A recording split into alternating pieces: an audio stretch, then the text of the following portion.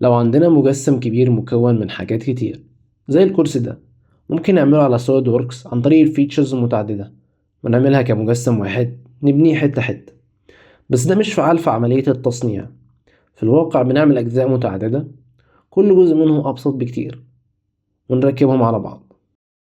الفايدة التانية هي إن نقدر أتعامل معاهم على إنهم أجزاء منفصلة، نحرك أجزاء منهم حسب الشكل اللي هنعمل بيه التجميع وحسب القيود اللي هنحطها على الشكل. تعالوا نتعامل مع أشكال أبسط.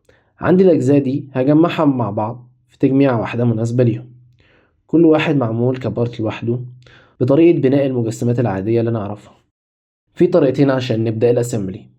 ممكن نبقى فاتحين أي بارت من اللي هنشتغل عليهم ونروح عند القائمة فوق ونختار Make Assembly from Part. هيفتح فايل أسمبلي بواجهة مختلفة شوية عن البارت اللي نعرفه.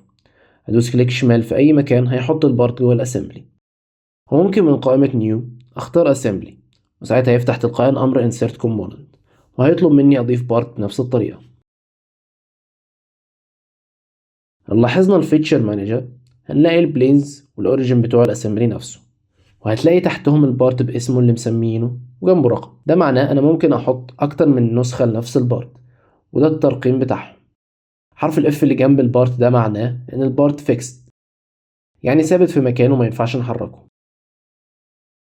عشان نحركه هندوس كليك يمين على البارت ونختار فلوت، ساعتها البارت بيتحرك معايا بحرية. ده بيظهر معايا في أول بارت بعمله انسيرت في الأسمبلي، بيعمله فيكست بشكل تلقائي.